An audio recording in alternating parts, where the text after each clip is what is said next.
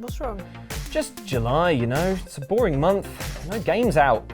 You just literally made a video about how many cool games coming out in July. Well, July is traditionally a quiet time for the games industry, but there are some surprises and some interesting titles. Oh, no. I remember doing that. No, I do remember now. Wait a second. Eyeliner, jacket-worn turtleneck style. You're an evil Star Trek Mirror Universe Luke. Oh my god, I have had it up to here with all these evil Mirror Universe versions of us. I mean, I've lost count. What with all like the cloning machines going on, alternate universes where we're not good anymore. I mean, I hope you're keeping track. I mean, yeah, tell me about it. I, the real Andy, share your frustrations. Get out. Foiled! Show of the weekend, show of the weekend, show of the weekend, show of the weekend, show of the weekend. Hey, Ellen! Hello. That wasn't evil Luke around here, was it? Yeah. He's the actual worst. He is the worst. Tired of that guy. Haven't. Enough is enough. No, enough. If you're watching evil Luke. He's like right over there. He's messing up your Zelda save. That's what he's currently doing. Anyway. Anyway. Do you know what I played at E3? What did you play at E3? I played Skull and or Bones. Another day, another victim! Speed, Mr. Mercy! Vamos con todo! It's not Skull called Skull and and or or Bones. Bones. It's called Skull and Bones. You get both. So it's a pirate boat combat game, which sounds amazing. Yes. And is quite cool. Yes. You may have noticed that it's quite similar to some boat fighting in another game, popular computer game, Assassin's Creed Yes. Black Flag. If it looks exactly like that, it's because it is that. It's just it's just the boat fighting, sailing sections from Assassin's Creed, except Yeah. you can't get off the boat. Yeah. So it's not as good. Yeah. Or is it? No, this is not going to be the kind of a game like Assassin's Creed, but what you do get is taking that ship sailing and boat sinking fun and placing it, dropping it Yeah. into the multiplayer ocean. Yes. When I chat to Assassin's Creed Black Flag fans, one of the things they really like is boarding the other ship and that being like a mechanic in the game that is part of the thing, and then you jump on the other ship and you have a sword fight and you have those Assassin's Creed Black Flag fighting mechanics there, but that isn't the case with Skull and Bones. You're not a character, you are the ship.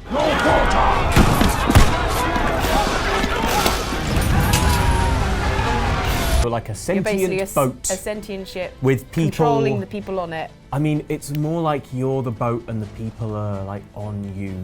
It's like being covered in ants who are sailing you. And you're telling them what to do. Yeah. You're like, I have no control over anything. Because Just you all being just come up steered by here ants. and just move my arm up. That's great. There's a tiny ant at a wheel who's like, hard to port! And I'm like, whoa! I'm assuming you got the port right as well because you're a boat nerd. So Yeah, well, like, basically when there was a ship game, it was like, Luke can cover this. I have a bit of a thing for old boats. But a very particular time in old boat history. Don't like too old. Francis Drake, too old. World War One, way too new. Do you want kind of like Napoleonic, basically. Yeah. Napoleonic. When wind power was like right at the pinnacle of its game, technologically, before like steam and engines came in and like, changed things. if you watch a Pirates of the Caribbean film, you like all those boats because that's I sort love of those in the boats. same time. Yeah, but that's just the other side of the world. Do you have a favourite vessel? Do I have a favourite vessel, James? I'm glad I fed you those questions to ask earlier. There's the HMS Victory, which is Nelson's flagship. I've been around the USS Constitution. Old Ironsides, that was a really interesting ship because that was the point at which British naval superiority was definitely called into question because it was this US ship that just totally owned a bunch of Royal Navy ships. But if you will press sailors against their will into the service, then what can you expect, frankly? So that's a very, very interesting ship at a very interesting time. You done now? Yeah?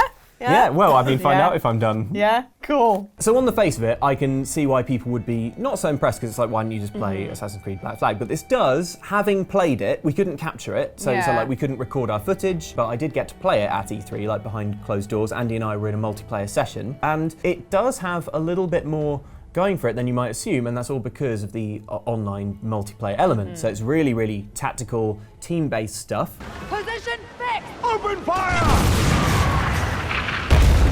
There's some stuff I really like about it, mostly that it's an online multiplayer game that is action-based, not turn-based, but doesn't require like super fast Twitch responses, which I think will make it a bit more accessible than most online games are. Yeah. It's less going to be about that, walkout thing. Yeah. Also, lots of opportunity to play the objective, because at least in the mode that I was playing, it was all about getting as much loot as you could. Gold, yeah. Yeah, and it was the team that got the most loot that won. Store the goods, then back to your stations. There's also a fun dynamic in it that if you get sunk, then you lose all your loot, as you might imagine. Someone else can sweep in and nick it. So it's finding the balance between like trying to pick on a target you think you can take, but not getting yourself into into too much danger, into a sticky situation. And I like that. There's one boat that's mostly built for like ramming, which is quite fun. So if you don't really want to overthink it and you just want to drive into other boats, whammo, that's kind of cool.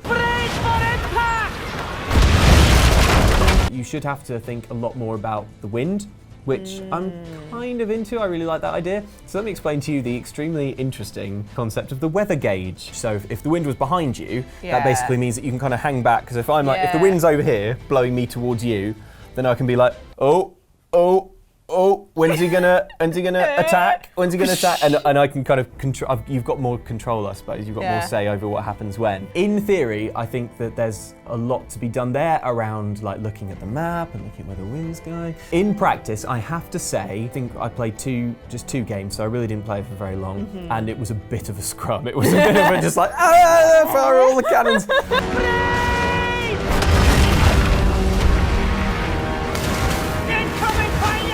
Probably, realistically, for all the diagrams and like nice engravings on silver tankards and stuff, is probably what most actual like naval conflict was like. It was like, I don't know, sail close, shoot the cannons. Captain's halfway overboard in the lifeboat. There's cannons! Are you crazy? I get shot by a cannon. Oh, the other cool boat that I am interested in is the L'Orient, which was a French ship that exploded at the Battle of the Nile. James is nodding. When it happened at the Battle of the Nile and the ship exploded, the explosion was so huge and so horrible that it kind of stopped the battle, and everyone was like, "Oh, that was a bit much." Let's all just try and calm down for a second. Yeah. That's just like talk, negotiations. Yeah. So, in theory, there's a lot of cool tactical stuff that could happen. In practice, I don't know if that will happen. It might be that you play a few games and you get the hang of it, and that everyone playing is sort of on board with that sort of meta game. My absolute favourite thing, and it's annoying because it's like the thing that you're paying attention to least while you're playing, is the idle animations of the people on the boat. Yeah. Like there's people just sort of like, they're just kind of strolling around the deck some of the times, and then when you fight, they're like, "Rrr," and there's like teams of men running the cannons in and out, and so that's all. I don't know, I enjoyed that. And like when you hop up to the crow's nest to get a look round, like nicely animated little man being like, have to enunciate more than that when you're in the crow's nest. So yeah, I think it is interesting. It really might not work, but I love that it is a thing that exists that might be good, because you never know. Have you played any Sea of Thieves? Rare Sea of Thieves. I have not played any at all. I've seen a lot. I've watched the others play it. I've watched the videos they've made. I have not had my hands on it whatsoever. I played it last year at E3. And then when this like Skull and Bones thing came up at Ubisoft, I was in the audience going, "Oh, that's so cool!" They've got very different styles, though. Such different styles. Because like when I first saw it, I thought, "Oh no!" And then when I saw the gameplay and how it was like more specifically ship battles, I was like, "Oh, it's a different type of game. It's the emo version." The emo. Of Sea of Thieves. It's more like the kind of serious phase. It's like Sting's Loot album. You know? He's like, put aside the pop hits and now for an hour of looting. Oh, looting! Get the loot! Yeah. Can you play instruments in Skull and Bones? Because you can play. That's the thing. Ride of the Valkyries. You cannot. In Sea of Thieves We could not. And get drunk on grog and fall in the sea and get eaten by sharks. And there is still like that ship combat and stuff. Yeah. In it. So I don't know. It's going to be interesting. I hope they don't come out at the same time, and I want them to come out different times and still get the audiences they deserve. Although maybe if they come out at the same time, maybe they could like help each other out. Maybe it'll just drive all of the gaming industry into such a pirate fervor that people will be playing. That people will be playing both or either more than they would have if they'd kind of come out separately. Yeah, maybe. I'm extremely interested to see the final product of both and see how they kind of measure up, because Andy did make a video over on Outside Xbox Comparing the two. Click the card. I think it's cool that there are lots of pirate games, basically, because they are fun. and they are Yar. They're firing mortars! Full tilt, Silvo, full tilt! cool. But sailing into different waters, Ellen. Yes. What's coming up next? Well, last week saw Crash Bandicoot crash back onto our PlayStation systems with a PS4 remake and HD re-release, and so I'm going to ask them some questions regarding that. Do it.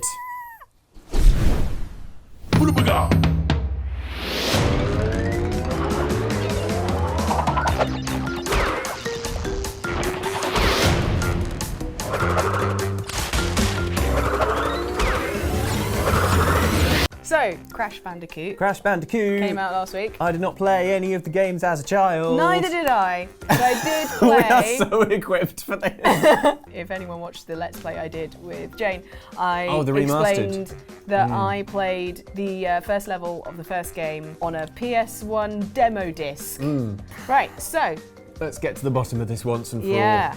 Earlier this week, our pals over at Eurogamer, reported that Crash Bandicoot has turned out to be the biggest single platform launch of the year and the second largest launch overall in terms of those initial sales. Done really well. Of this year? Yeah, it sold better than Horizon Zero Dawn, which is mind-blowing because that crazy. did really well. Is that in the UK or worldwide? That is UK, but it's also done really well worldwide. Cool. Anyway. Pretty similar numbers in America. That is super impressive for what is like a remake of 3 very old games. Yeah, I think it's just the power of nostalgia Yeah, probably. And- It's a powerful drug. and the fact that it is hard to get hold of those older games. So there are lots of people like me who didn't play the original games and I want to play them. But which game has been the biggest launch of the year so far? Oh. No, so this is like an actual question. Oh my god. This isn't fair. Can't just throw in an actual question. This is just like Months in. Months in. There's the knife in my back. Slipped between the vertebrates. You thought There it was it an is. Ellening, but it I was thought it was an actual Ellening. It was way worse. A real question. Wait till our first live show or something, and then you'd be like, actually, what were the sales figures? And you'd be like, I don't know anything. All I have to do is try and remember what games have come out this year. So we know that it wasn't Horizon Zero Dawn. No. All right, well, let's think about some of the big games. Mass Effect Andromeda, Prey, Breath of the Wild. Is it Breath of the Wild? No, okay. All right, other ones. Other games. Let's see, what were we talking about in games out this April? I feel like some stuff was kicking off in January. Resident Evil 7? No, but it did well. I'll tell you what, this is an incredibly, surprisingly hard thing. Like, Yeah. what happened in the last 6 months of your job? Like, I don't know. I genuinely couldn't tell you what we did on Show of the Weekend last week. It's the pace. I only know what games are out in a 7-day window, either side of me. Would you like? It's been, wait. Yeah, give me a clue, Okay. I know that it's been an incredible year. I distinctly remember having a conversation. We were in a pub in Yeah. maybe like March or April, Yeah. and I was going like, what a year it's been for games. With this one and this one and this one and this one. No, I can't remember what they are. Yeah, Yeah. give me a clue. It's got guns in it. Well, I mean, obvs. It's very tactical. Tactical And- guns. Multiplayer focused. James knows. What was it? Was it Ghost Recon Wildlands? Yeah. Was it? Oh, really? I would not have picked that for number. Oh. Yeah. Oh, Gratz Ghostlands. Yeah. And a follow-up question to this. Oh God. It's okay. This is where the personal questions come back in again, like the more Quarterly unit sales were. Follow-up question is: Yeah. How gutted are you that the answer wasn't Zelda? Quite gutted. Yeah. I mean, actually, no, I'm not gutted because I did not begin this year thinking that Breath of the Wild was going to be a big deal. No. I knew it was going to be a big deal to me, I suppose. But yeah, to me, it's everything. Honestly, though, genuinely, not even that. I'm delighted that it's popular because I think the game is great and I want it to have the most exposure that it possibly can. But I'm not On this show. Yeah, probably too much exposure on this show. I'm not too gutted. I'm zen about it. I'm zen. I'm pleased that Breath of the Wild is a bigger deal than it is because I didn't think it would be this big a deal. So it's good. It's a good way to be. Mature answer. I am very mature. Like a cheese. Like a good cheese. Like a real good cheese. Yeah. Like a real good one, you know, like a brie. That's what you get on Show of the Weekend. Good, mature Good cheese. mature cheese. Look, we've already turned the two of us into lovable ukulele-inspired characters. Yes. Now, I would like to do the same to you with Crash Bandicoot. Okay. So, right. Oh, I was doing my joke earlier and then, there we go. I was doing my joke earlier and lost my place. Please pick a number. I love it when there's notebooks and papers involved. Okay. Yeah, go on. Between 1 and 6. A number between 1 and 6. 4. Okay. Again, a number between 1 and 6. 4 again. Okay, yes. And another between 1 and 6. Hey, let's mix it up. Oh. Well, no, I don't want to mix it up. 4. I shouldn't make you. Leading the witness. I think you would. Four. Yeah, okay. Four. I just think you would enjoy this. Okay. It's 4. something that we would appreciate. Right. You have created Yeah. a character. Good. And from this character, Yeah. I would like you to create your backstory and your evil nemesis. Okay, all right. Your name, in the style of Crash Bandicoot. Yeah. I've gone for a comic book themed type noise, fight noise. Yeah. And then an animal. Yeah. And then their item of clothing. I love that about mascots. They only have one item of clothing. Yeah, like trainers as Yeah, well. yeah. It's got trainers, but that's. Gotta have trainers. 'Cause It it's is the 90s. God. You've created Smash Blue Whale, who wears a t-shirt over a long sleeve shirt. Because he's a radical skater whale. I love it. Well, I mean, I have to create his backstory. So, okay, like, yeah, okay. first the easy question is like, Yeah. like, what's his move? What's his super move? We'll do the super move first. Like, His super move is he splashes out the water and like comes down on you side first, like Moby Dick, you know, like boosh, like Yeah. that, you know, like blam. That's it. Yeah. So it's a sort of he squashes you with his Right. mighty whale flank. yeah. Blam. Yeah. It's like an Okay. elbow drop if you're Yeah. a whale and you don't have elbows. Yeah. Or vestigial whales don't elbows or have whatever. whatever they've got some bone. Yeah. Whatever they've got going on in there. So backstory is Smash was hanging out in the sea one day and then there was a massive wave and he surfed it because he's rad. But it turned out that the wave was radioactive and created by Dr. Magnitude. Dr. Magnet apostrophe Tude, because he's got a bad attitude, as opposed to Smash, who has a rad attitude. The wave was radioactive, and when he came to, he had crazy powers and a t-shirt. And that's how Over a long sleeve shirt. over a long sleeve shirt. Yeah. That's the important. Yeah. He already had the long sleeve shirt, but it took the radioactive wave to put the t-shirt on. over it. Yeah. Yeah, and it's a proper one. It's not one of those ones you got in the noughties where it's like there's like a sleeve just stitched into. Oh no! It's like an actual t-shirt. Yeah. It's authentic, and he's Yeah. always slightly too hot. Yeah. My memory. Yeah. Oh, I love Smash so much. I just want to go draw him. Smash. Smash Blue Whale. Intellectual property asserted. Yeah. Here on the sofa. So if you're watching, Sony, you have to get in touch with us. Yeah. We might sell you the rights, maybe. it's going to cost you. It's going to cost you big time if you want these great ideas. Right. Yeah. Previously, I've asked you what 90s platforming games you would like their original creators to create an homage to. Yes. Such as with the ukulele team having previously worked on Banjo-Kazooie. However, after seeing Crash's amazing sales numbers, Yeah. what 90s platforming classic do you think could be a runaway hit if it was given an HD remake? So previously it was like, what would you like? But now, what do you think the public wants? Right. So I'm putting back on my industry analysis hat. Yeah, marketing. Yes, which is an extremely dull hat. Okay, well, what is there an appetite for then, I suppose? The original Doom?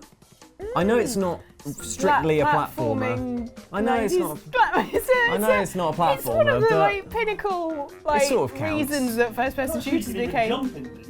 Yeah. You sort of can in a way. No, I don't think you can. I don't think you can. All right, so, okay, so does it have to be a platformer? Yeah, there have been lots of things on sites of, oh, we found a hidden Spyro thing in the Crash Bandicoot stuff. I mean, the thing with Spyro is I would be interested in a Spyro remake, but I'm not sure there's that much appetite for it more broadly, maybe. Yeah. And I'm supposed to be like trying to predict one that would sell well. Yeah. So I think that would be a bit of a risk. Also, like, we really know how popular Spyro is because of Skylanders, and that has like sort of slightly faded from favour, I suppose. Can I tell you what the correct answer is? Yes, Mike. Mario 64. Can you imagine if they made like a modern day remake of Mario 64?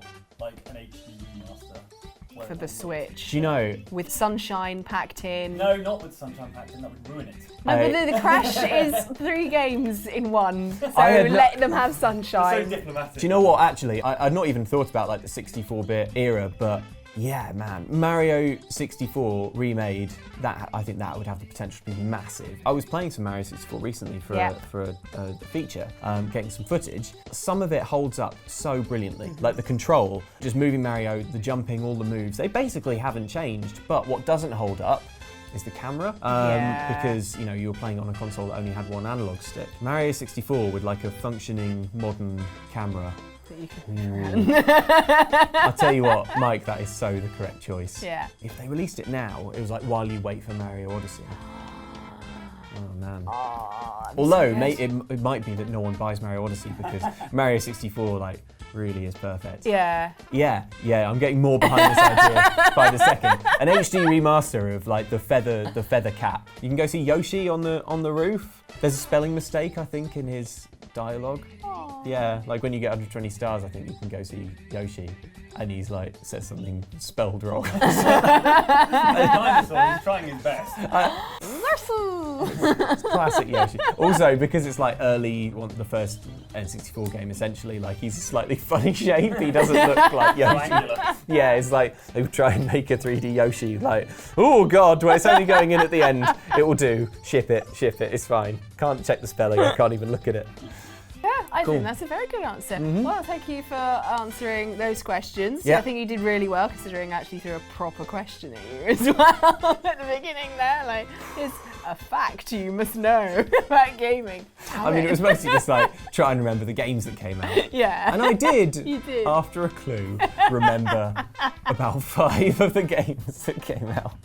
Yeah, cool. Well, Yeah. thank you, Ellen, for the questions. That was No great. worries. It's been interesting to see what you thought and your thoughts on all these things. Now, as always, we're going to come and see what you thought in the comments. Splashing into them like a whale.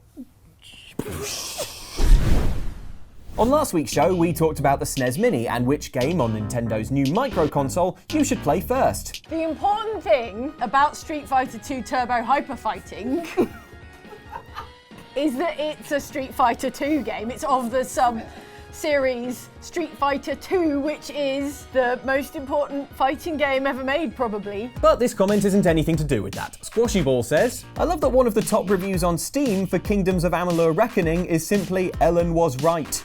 Hey, it is! Vindication in the only court that matters, the court of Steam reviews. That is amazing and gives me hope that one day the others will see the truth about Mario Sunshine. That's never gonna happen, Luke, I'm sorry. Elsewhere on the channel, Luke and I became a Moblin's worst nightmare, smashing up baddies in the first chunk of DLC for Zelda Breath of the Wild. hang on. Link, this is such a bad idea. You've made a terrible mistake.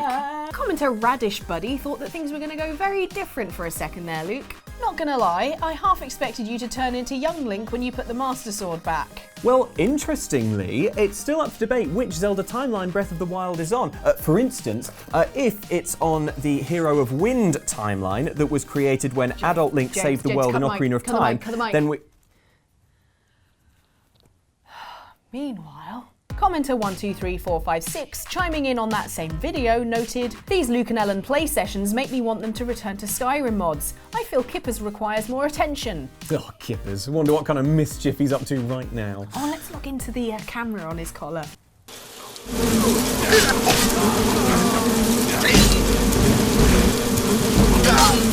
Pretty much what I expected. Yep. Elsewhere. Andy and I counted up some of the most interesting looking games coming out this month. Andy, would you rather be a kid or a squid? As I understand, in Splatoon, there are distinct advantages to both being a kid and being a squid. There sure are, as in real life. Squids can move through their own ink colour. As in real life. As in real life. Commenter Adrian Moore reckons the House of Mario made a naming error. They missed a trick not calling it Splatoon. Oh man, that's really good. Yeah! Oh, wait, that's Nintendo asserting intellectual property rights over that comment. Ah, shame. Finally, we leapt back into the murky waters of horrible video game backronyms. It doesn't work in any of the many alien languages to which Spectre might be translated by everyone's implanted universal translators. Unless each race has its own cool-sounding backronym equivalent for Spectres in its native language, because the acronym translation is in fact also a semantic localization. Which makes sense, because by that point in the future, computer-aided translation would be sufficiently advanced for semantic localization. And why would the Citadel Council even name Spectres in English when all humans are basically looked down on in galactic civilization anyway? And there wasn't even a human Spectre for ages. The Spectres were formed well before. Okay. No, I have more Mass Effect. I know. No, you're a nerd. Ralph Butcher didn't approve of your censoring ways, Luke. Am I the only one who kind of wants to hear the rest of Jane's points about linguistics in Mass Effect? Oh, well, I heard the rest of it after leading her off. Oh yeah, what was her point in the end? I don't know really. After the first few hours I started sort of phasing in and out of consciousness. I don't think I caught the very end. Wow. Luke, do you want to stop that? Oh, sorry, I'm just adjusting the old microphone. Sorry, I'm just a bit wary of microphones right now. Said all I need to say. Made my case. Right. Okay, Ellen, reveal your... Okay. Well, it's tough decision. And I think everyone made very strong arguments and nice biscuits. Yeah, you lose focus on those technical issues. They really get away from you. Speaking of losing focus... Telltale's popular episodic Minecraft adventure will return in July, continuing the story of Jesse, who in the second series gets his hands stapled to a wall in a harrowing scene. Worse than anything in The Walking Dead. Who in the second series gets his hands stuck in a creepy gauntlet. Who in the second series gets his hand stuck in a creepy gauntlet that belongs to an ancient underwater temple. So close, come on, Luke. We're trying so hard not to laugh. It's okay, Luke. You weren't the only ones who couldn't hold it together. Okay, let's end this. Do it.